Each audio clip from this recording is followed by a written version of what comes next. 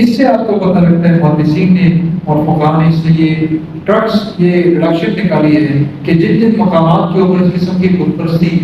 یا رب کے قانون کے خلاف عبادت کے نام پہ حرکتیں ہوتی ہیں وہاں پہ شیطان موجود ہوتا ہے۔ اس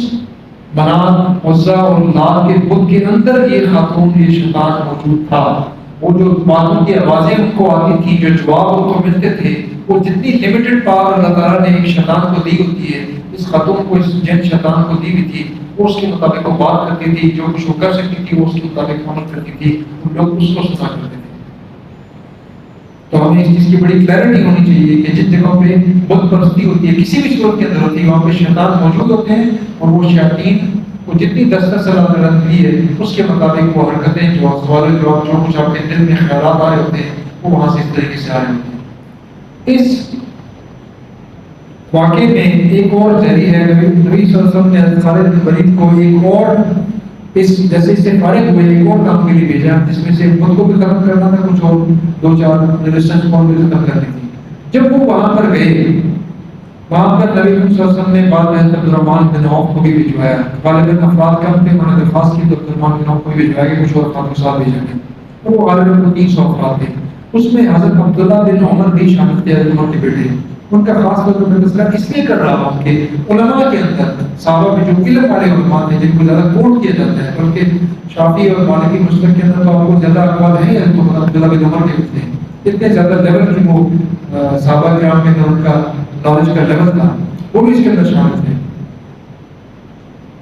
جب یہ لوگ وہاں پر گئے، جو طریقہ کار تھا، خالد بن ولید نئے مسلمان ہوئے، ان کو بہت سارے طریقوں کا اندازہ نہیں تھا، واریر بہت اچھے تھے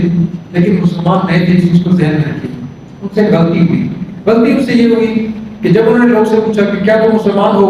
اسلام قبول کرتے ہو، تو انہوں نے جواب دیا اسبانا۔ عربی میں سادی جو ہوتا تھا اس کو کہتے تھے کہ جو اپنے آبائی مذہب کو چھوڑ دیں، اس کو سادی کہتے تھے۔ عرف عام میں جس نے بت پرستی کو چھوڑا اس کو سادی کہتے تھے۔ جب مسلمان لوگ ہو رہے تھے تو وہ کہتے تھے کہ یہ مسلمان ہو گیا تو سادہ، یہ اپنے آبائی مذہب سے نکل گئے۔ جب انہوں نے کہا کہ سبانا، انہوں نے اپنی طرف میں یہ کہا کہ ہم نے اپنا آبائی مذہب چھوڑ دیا، ہم اسلام میں داخل ہو گئے، جبکہ حضرت خالد بن ولید نے اس کا مطلب یہ کیا کہ انہوں نے اسلام چھوڑ دیا۔ حضرت خالد بن ولید نے ان کے قتل کا حکم دیا، کچھ لوگ قتل ہوئے، کچھ لوگ قتل نہیں کیا گیا، درمیان میں رفت پڑی، یعنی بہت سارے لوگوں نے ان کے اس آرڈر کے اوپر عمل نہیں کیا۔ اسی ساری چپکرش میں حضرت عبداللہ بن عمر بھی شامل تھے، انہوں نے صریح کہا کہ بالکل آپ نے غلط آرڈر دیا، کہ اگلے دن انہوں نے آرڈر دیا تھا کہ جو ہم نے قیدی پکڑے ہیں 200 پلس لوگ، ہر بندہ ایک بندے کو قتل کر دیں، ان قیدیوں کو ساتھ جانے کی ضرورت ہے۔ اس پہ عبد الرحمن بن عوف نے اور حضرت عبداللہ بن عمر نے کلیئر کٹ وائلیشن کی کہ ہم آپ کی اس بات کو بالکل ماننے کو تیار ہیں۔ ریفٹ ہوئی، اور اسی حالت میں یہ پرانے صحابہ تھے، حضرات بڑے نئے تھے، نوجوان تھے، ان کے اسلام کو چند دن گزرے تھے، ان کے اسلام کو 20 سال گزرے تھے، ان کے نالج فقہ کا اسلام کا وہ ڈفرنٹ تھا۔ جب اس حالت میں نبی صلی اللہ علیہ وسلم کے پاس آئے اور ان سے اس کا پورا تذکرہ کیا گیا، نبی صلی اللہ علیہ وسلم نے خالد سے پوچھا کہ تم نے کیوں کیا؟ انہوں نے اپنی توجیہ بیان کی کہ میں سمجھا کہ یہ کہہ رہے ہیں کہ ہم اپنے آبائی دین سے، ہم اسلام سے نکل گئے۔ تو نبی صلی اللہ علیہ وسلم نے اس کے باوجود حضرت خالد بن ولید کی اس حرکت کو پسند نہیں فرمایا، اور نبی صلی اللہ علیہ وسلم نے حضرت علی کو بھجوا کر ان کا دیت سخت کیا تھا،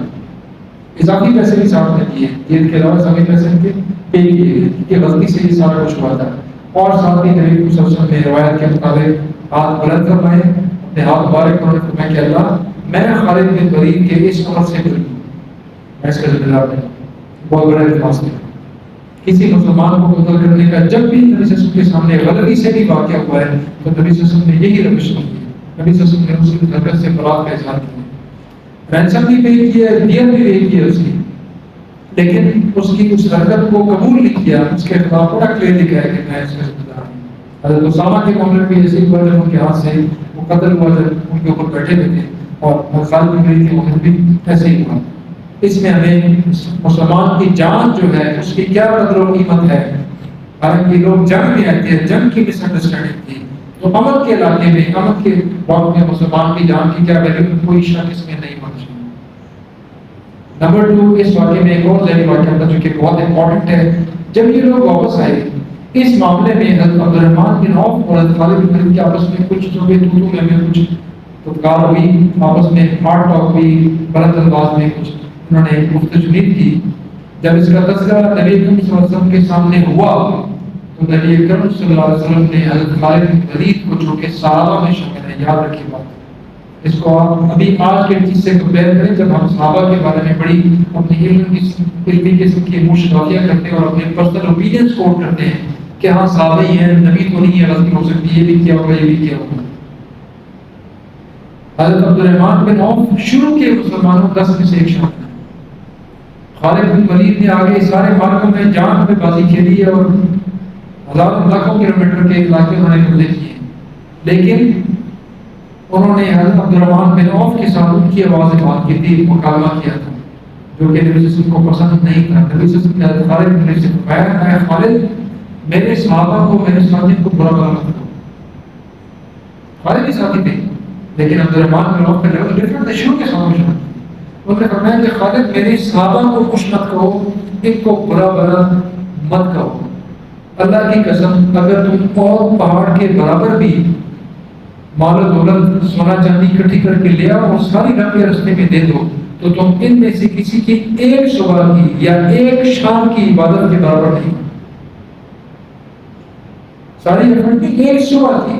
ان کی جو ایک صبح کی، کوئی ایک صبح جو انہوں نے 20 سالوں میں گزاری ہے، اس ایک صبح کی عبادت کو، جو اس کی کوششیں جو رب نے قبول کی ہے، یا ایک شام کی کوشش جو عبادت رب نے قبول کی ہے، تمہارے اتنے صدقے خیرات اس کے سامنے کچھ نہیں۔ اور یہ نبی صلی اللہ علیہ وسلم نے صحابی سے کہا، خالد بن ولید سے کہا، کسی تابعی سے نہیں کہا، کسی نان مسلم سے نہیں کہا۔ تو آپ یہ اندازہ لگائیں کہ ہماری کیا اوقات ہے کہ ہم آج بیٹھ کے 1500 سال کے بعد کسی صحابی کے بارے میں اپنے فالس سے، چھوٹے سے مبہم سے، ڈاؤٹ فل سے، اسموکی سے انفارمیشن کو سامنے رکھتے ہوئے ہم اس کے بارے میں کچھ جملہ بولتے ہیں، ان کے بارے میں بات کرتے ہیں، اتنی صحابی ایسے کہتی ہے۔ جیسے اکثر حضرت علی اور معاویہ اور حضرت عثمان تعالیٰ کے معاملات میں، چاچے کے معاملات میں کتنے دبنگ قسم کے انداز سے، کچھ لوگ تو بہت ہی دبنگ بدتمیزی کے انداز میں کر جاتے ہیں، کچھ لوگ بدتمیزی کے حدود کراس بھی کرتے ہیں، لیکن بڑے وائلنٹلی اپنے اوپینین کو پیش کر دیتے ہیں۔ ان سب کو عقل آنی چاہیے، سب کو اس نبی صلی اللہ علیہ وسلم کے اس کال کو، اس فرمان کو سامنے رکھنا چاہیے کہ حضرت خالد بن ولید رضی اللہ عنہ کو اگر حضرت عبد الرحمن بن عوف کے ساتھ اونچی آواز میں بات کرنے کی اجازت نہیں ہے، تو آپ میں سے کسی کو کسی کی اجازت نہیں۔ اللہ تعالیٰ سب کو صحابہ کرام کی تعظیم کو سمجھنے، اس کو جاری رکھنے کی توفیق عطا فرمائے۔